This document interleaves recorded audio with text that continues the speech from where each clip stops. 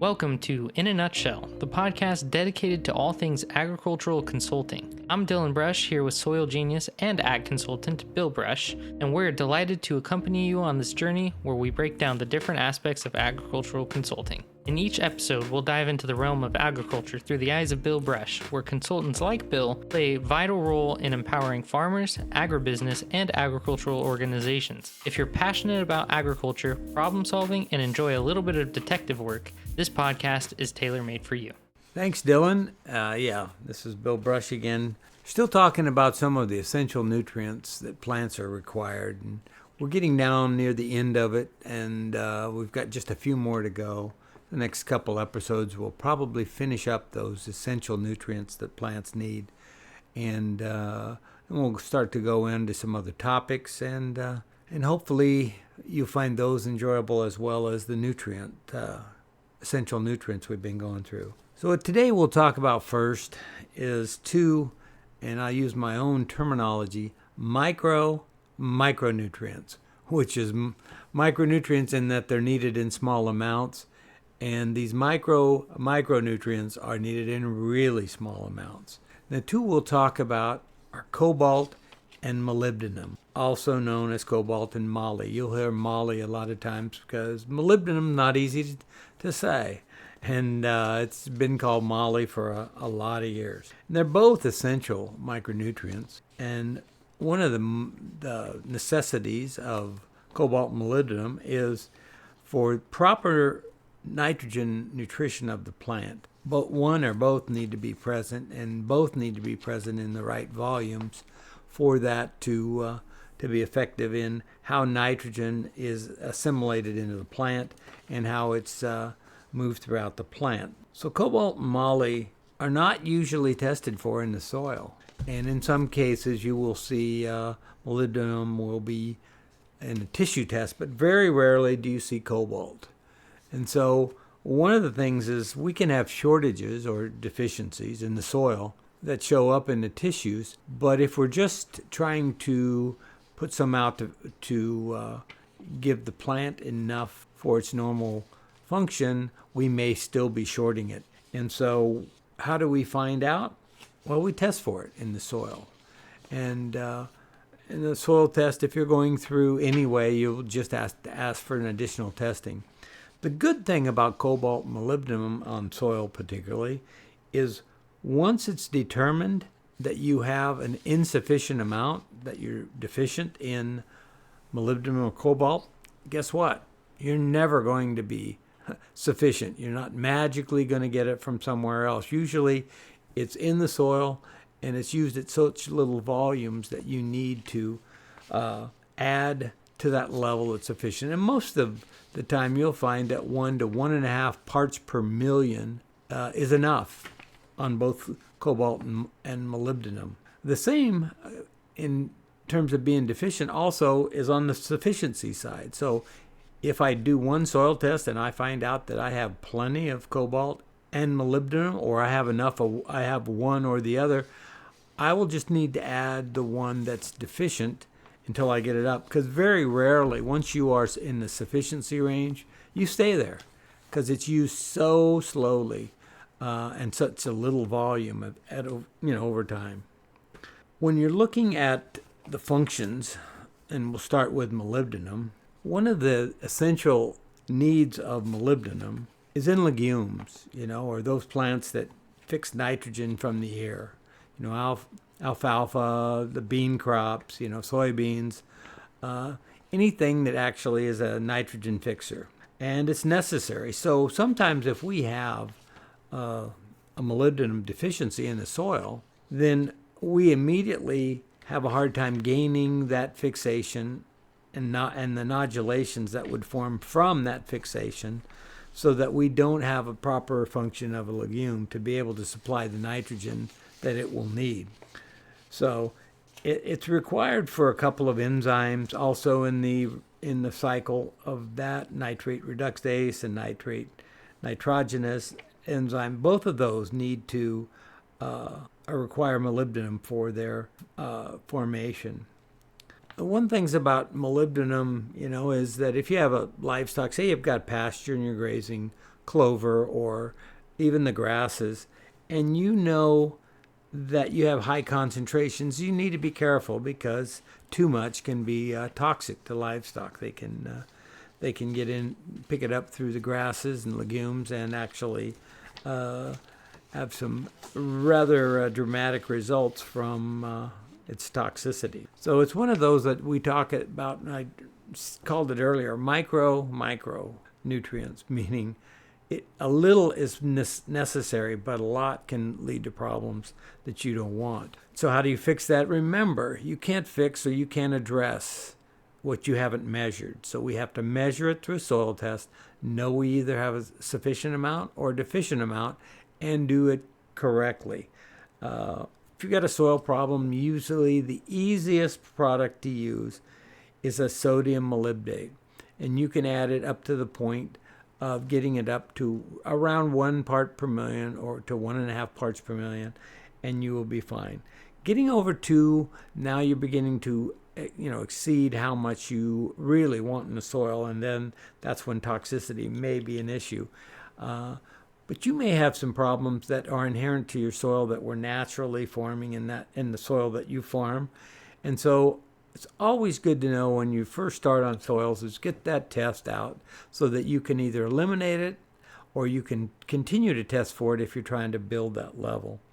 Molybdenum usually becomes available in higher pHs. So if you have a high pH soil, or one that's highly sodic, or it has lots of magnesium, or your water has such that it's adding a lot to the pH of the soil, you have high pH water that you're using, then you'll find that molybdenum may not be a problem because it is very available. It's one of the micronutrients that is on the what I call the right side of the scale. In other words, above 7, it becomes more available. Almost all the rest of your micronutrients are much better on the acid side. In a lot of cases, the more acid, the more available they become. So as far as movement, if you can get molybdenum into the plant, it's very translocation. It translocates very easily and very reasonable to other parts of the plant. And that's good to know for the short term, as then foliars that are applied can then be translocated so that they're all throughout the plant. So that's also a valuable tool. One thing's about these micronutrients, the really small volumes that are needed for these, is that you can do a really good job on foliar because it takes very, very little. I like to say on a lot of the macronutrients, the nitrogen, phosphorus, potassium, sulfur, and the like, you need pounds for your crop. And on these micronutrients, molybdenum, cobalt, they just need a little bit, small little parts per million to basically be sufficient and get the usage from those that are necessary for the plant functions. If you look at your plants, and a lot of times we find molybdenum deficiencies by accident. In other words, everything else is fine, but my plants have these deficiency symptoms that are stunting of the growth and lack of vigor and maybe leaf scorching and also the cupping or the turning up of the leaves. If we have those conditions, a lot of times we don't know what it is because we haven't tested for that deficiency of molybdenum, and normally it's very, very deficient when we see those deficiency symptoms. Next, I'd like to talk a little bit about the functions of cobalt. And a lot of people haven't talked much about cobalt over the time, and a lot of places it's not even widely accepted as an essential nutrient. But there's enough literature out now that we've seen quite a bit of assistance, particularly, again, that's why I've kind of paired molybdenum and cobalt together. They're very essential to the tying of the fixation of N2 from the atmosphere and storing it in the nodules of legumes. And so because of that, sometimes we think that it's only molybdenum, but cobalt also is tied to that same fixation. Also, it's essential in the one of the coenzyme formations, which is in those respiration processes that we're always worried about plants being able to turn energy into calories, and so that you have plenty of energy for the plant to function. But also small amounts of cobalt, we've seen it both foliar and soil applied, have shown to increase seed production. In other words, they have a higher percentage of set from good, levels of cobalt in the soil, or when applied foliar. Also a really good opportunity to increase seed production. And any crop that when we talk about seed production, you're always talking about, sometimes we don't view a crop as a seed crop, but if that seed or that the part we harvest in almonds or walnuts, it's the actual kernels themselves, or pistachios or pecans, all of these different nut crops, the kernel is the seed. And so if you can increase seed production, you're actually increasing yield. And so those things have a real good opportunity for increasing our production by keeping those levels of these two micronutrients high. The concentrations that you find cobalt is usually highest in the roots, and normally that would make sense for the N2 fixation, so that we're getting it down to the roots to store in those nodules. Again, the movement of cobalt, which facilitates good foliar activity, its translocation moving throughout the plant is very reasonable and moves along quite easily. And normally the deficient sign just look like unhealthy yellow leaves. And this really, if you think about it, is just a function of not being able to assimilate nitrogen properly, or in legumes not being able to fixate the N2 into nitrogen to help feed the plant. So a lot of that yellow leaf is coming just from a nitrogen deficiency. So people can be confused because they'll do the soil, they'll do a tissue test on those, and they'll find that those yellow leaves are nitrogen deficient, so they believe they're just not getting enough nitrogen. So nitrogen applies, and we still don't get the same amount of response that we would like to. So it's said that you can use cobalt and molybdenum very effectively.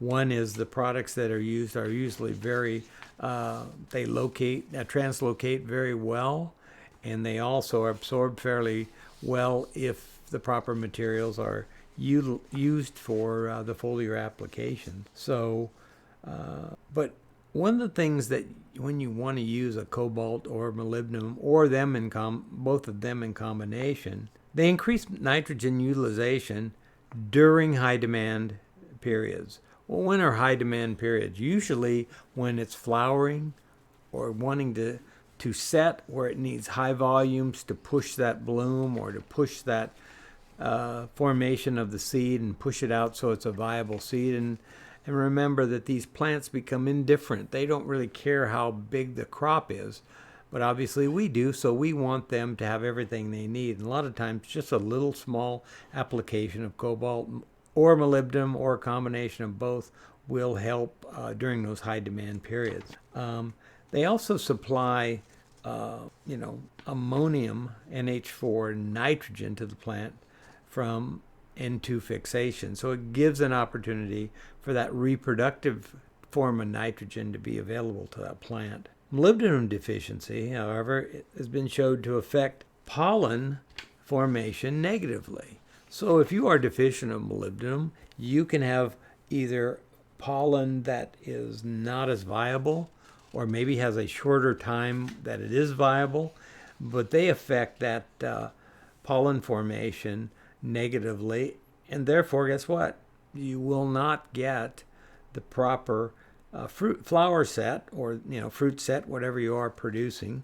So you increase that flower set by an enhanced nutrient supply, and molybdenum and cobalt help deliver that to the plant. My experience has shown that increased set in almonds and cherries has been very effective by the use of cobalt molybdenum. One that we don't look at, or we just kind of put on by accident, happened to be in a mix that I liked, and they were putting some molybdenum and cobalt into that, and therefore we got that. I always believe that you will see your best responses when you're looking at rapidly maturing crops, where they come out. Cherries being a really good choice because the cherry is last to bloom and first to harvest, which means it's rapidly growing and it gets pollinated quickly, grows its fruit and seed, and then is harvested in a short period of time. So, kind of in conclusion of molybdenum and cobalt, if I